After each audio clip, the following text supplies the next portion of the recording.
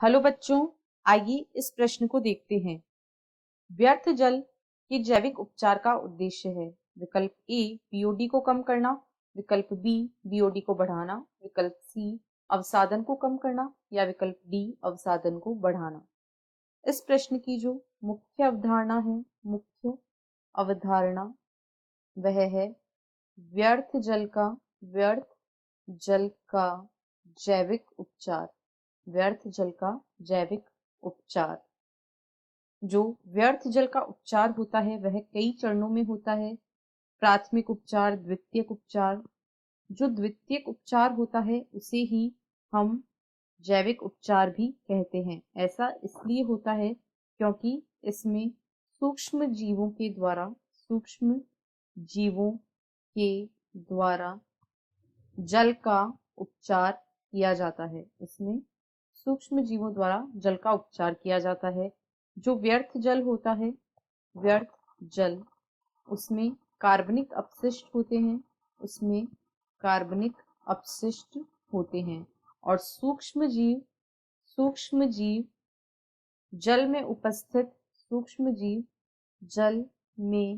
उपस्थित या जल में घुली हुई ऑक्सीजन का उपयोग करके इन कार्बनिक अपशिष्टों का अपघटन करते हैं। ये जल में घुली हुई ऑक्सीजन का उपयोग करके इन कार्बनिक अपशिष्टों का अपघटन करते हैं। इन कार्बनिक पदार्थों के अपघटन के लिए जो ऑक्सीजन की मात्रा सूक्ष्म जीवों को आवश्यक होती है उसे ही बीओडी कहा जाता है। सूक्ष्म जीवों द्वारा जल में उपस्थित कार्बनिक पदार्थों के अपघटन के लिए आवश्यक ऑक्सीजन को बीओडी कहा जाता है तथा जो जल की अशुद्धता उसे बीओडी के संदर्भ में मापा जाता है। उसे बीओडी के संदर्भ में मापा जाता है। यदि जल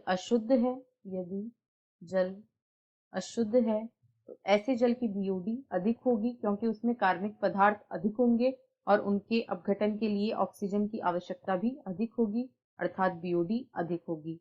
लेकिन जो शुद्ध जल होता है उसकी बीओडी कम होती है। तो जो व्यर्थ जल का जैविक उपचार किया जाता है उसके द्वारा जल की बीओडी को कम किया जाता है।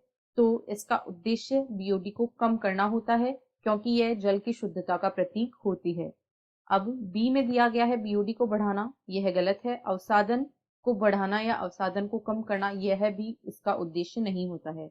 अतः इस प्रश्न का सही उत्तर है विकल्प ए, बीओडी को कम करना। आशा है आपको प्रश्न समझ आया होगा। धन्यवाद।